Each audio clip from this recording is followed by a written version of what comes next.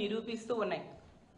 రోజుకి 70కి పైగా మహిళల మీద దాడులు, అత్యాచారాలు, హత్యలు కేసులు నమోదవుతున్నాయి. గంటకి 3-4 సంఘటనలు మహిళల మీద ఇలాంటి సంఘటనలు జరుగుతూ ఉండే పరిస్థితి ఈ కూటమి ప్రభుత్వం అధికారంలోకి వచ్చాక ఈ రాష్ట్రంలో మనకు కనిపిస్తూ ఉంది. అది ప్రభుత్వమే తమ లెక్కలను చెప్తూ ఉందంటే అన్అఫీషియల్గా ఇంకెన్ని ఇలాంటి సంఘటనలు జరుగుతున్నాయో మనం అర్థం చేసుకోవచ్చు. ఇంత క్రూరంగా వాళ్ళిద్దరి మీద దాడి చేశాడు అంటే ఇలాంటి దుర్మార్గులకి ఇంత ధైర్యం ఎక్కడి నుంచి వచ్చింది? ప్రభుత్వం తాలూకా ఉదాసీనత, ప్రభుత్వం తాలూకా నిర్లక్ష్యం. ఇన్ని సంఘటనలు రోజు జరుగుతూ ఉన్నా ప్రభుత్వం దీని మీద సరిగ్గా రెస్పాండ్ కావట్లేదు. కాబట్టి ఇలాంటి పనులు చేసే వాళ్ళకి ధైర్యం పెరిగిపోయి రిపీటెడ్గా ఇలాంటి సంఘటనలు చేస్తూ ఉండే పరిస్థితి మనం చూస్తూ ఉన్నాం. ఖచ్చితంగా ఈ విశాఖపట్నంలో జరిగిన సంఘటనలో వాళ్ళ మీద దాడి చేసిన వ్యక్తికి వెంటనే పట్టుకోవాలి, కఠినంగా శిక్షించాలి. తల్లిదండ్రులు, ఇంట్లో వాళ్ళు కోరుతూ ఉన్నారు బంధువులు ఉరిశిక్ష వేయాలని. అలాంటి కఠినమైన శిక్షలు వేయాల్సిన అవసరం ఉంది. అదే విశాఖపట్నంలో గతంలో నీరబ్ శర్మ అనే వ్యక్తి పెదగంటి అడ్లో ఒక అమ్మాయి మీద దాడి చేసి పారిపోతే ఈ రోజు కూడా పట్టుకోని పరిస్థితి. సాక్షాత్తు హోమ్ మినిస్టర్ నివాసం ఉంటున్న జిల్లా విశాఖపట్నం. అలాంటి దగ్గరే ఇన్ని సంఘటనలు జరుగుతున్నా కూడా ఎటువంటి చలనం కూడా ప్రభుత్వంలో కనిపించట్లేదు. ప్రభుత్వం తాలూకా ఉదాసీన వైఖరిని అలుసుగా తీసుకొని ఈరోజు ఇలాంటి సంఘటనలు రిపీట్ అవుతూ ఉండే పరిస్థితి మనకు కనిపిస్తూ ఉంది. హోమ్ మినిస్టర్ గారి సొంత జిల్లాలోనే ఇప్పటికీ 22 పోక్సో కేసులు నమోదయ్యాయి. బాలికల మీద, మైనర్ బాలికల మీద ఇలాంటి సంఘటనలు జరిగాయి అంటే ఎంత దురదృష్టకరం మనం అర్థం చేసుకోవచ్చు. ఇలా రాజమండ్రి విషయమే తీసుకుంటే ఇందాకే తల్లిదండ్రులు వచ్చి మా అధ్యక్షులైన జగన్మోహన్ రెడ్డి గారిని కలవడం జరిగింది. జగనన్న ఆ కుటుంబానికి మా పార్టీ అండగా ఉంటుందని చెప్పడం జరిగింది. ఆ కుటుంబానికి, ఆ పాపకి న్యాయం జరిగేంత వరకు కూడా సహాయ సహకారాలు అందిస్తాము, న్యాయ పోరాటానికి పూర్తి సహాయ సహకారాలు అందిస్తామని చెప్పి ఆ కుటుంబానికి ధైర్యం చెప్పడం జరిగింది. 10 రోజులు అవుతూ ఉంది రాజమండ్రి సంఘటన జరిగి. 23వ తేదీన జరిగింది. ఈ రోజు కూడా ముఖ్యమంత్రి గారు కానీ, మంత్రులు కానీ, డిప్యూటీ సీఎం గారు కానీ, హోమ్ మినిస్టర్ గారు కానీ అక్కడికి వెళ్ళి ఆ కుటుంబానికి ధైర్యం చెప్పడం, అండగా నిలబడడం చేయలేదు.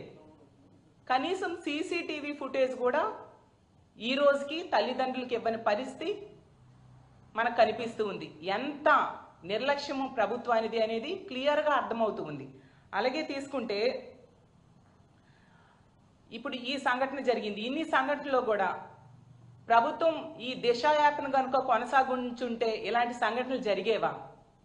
కొన్ని శక్తి యాప్ అని దిశ యాప్కి పేరు మార్చి వీళ్ళు తీసుకొచ్చారు. గతంలో అదే దిశ యాప్కి వేటకారం చేసిన వ్యక్తులు ఈరోజు అదే దిశ యాప్ని పేరు మార్చి శక్తి యాప్ అని చెప్పారు. హోమ్ మినిస్టర్ గారు చెప్తూ ఉన్నారు శక్తి టీమ్స్ పనిచేస్తూ ఉన్నాయని. ఏవా శక్తి టీమ్స్? మరి ఎందుకు వరుస సంఘటనలు జరుగుతూ ఉన్నాయి? ఎంత నిర్లక్ష్యంగా వీళ్ళు ఉండడం సమంజసమా? ఈ రాష్ట్రంలో మహిళల భద్రత గాలిలో దీపంలా ఉండాల్సిందేనా? అడుగడుగునా చూస్తే ఎక్కడైనా నిందితులు, బాధితులు ఉంటారు. బాధితులకి ప్రభుత్వం అండగా నిలబడాలి, నిందితులకి కఠినంగా శిక్షించాలి.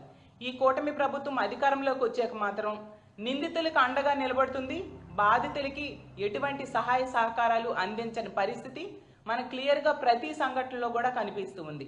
ఈరోజు తీసుకుంటే ఈ రాష్ట్రంలో ఆడపిల్లలు ఇంట్లో ఉన్న రక్షణ లేదు, బయటికి వెళ్ళిన రక్షణ లేదు, స్కూల్కి వెళ్ళిన రక్షణ లేదు, కాలేజ్కి వెళ్ళిన రక్షణ లేదు. ఇంత దారుణమైన సంఘటనలు వింటూ ఉంటే చాలా బాధాకరంగా ఉంది. ఈవెన్ ఉమ్మడి విశాఖపట్నం జిల్లాలో తీసుకుంటే ఆ రాంబిల్లిలో చూసాం.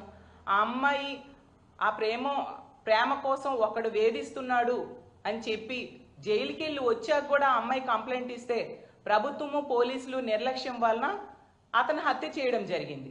అలాగే ఏటుకొప్పాకలో 4 సంవత్సరాల బాలిక మీద అత్యాచారం చేయడం జరిగింది. మేము వెళ్ళి ఆ 2 సంఘటనలు కూడా ఆ కుటుంబానికి ధైర్యం చెప్పడం జరిగింది.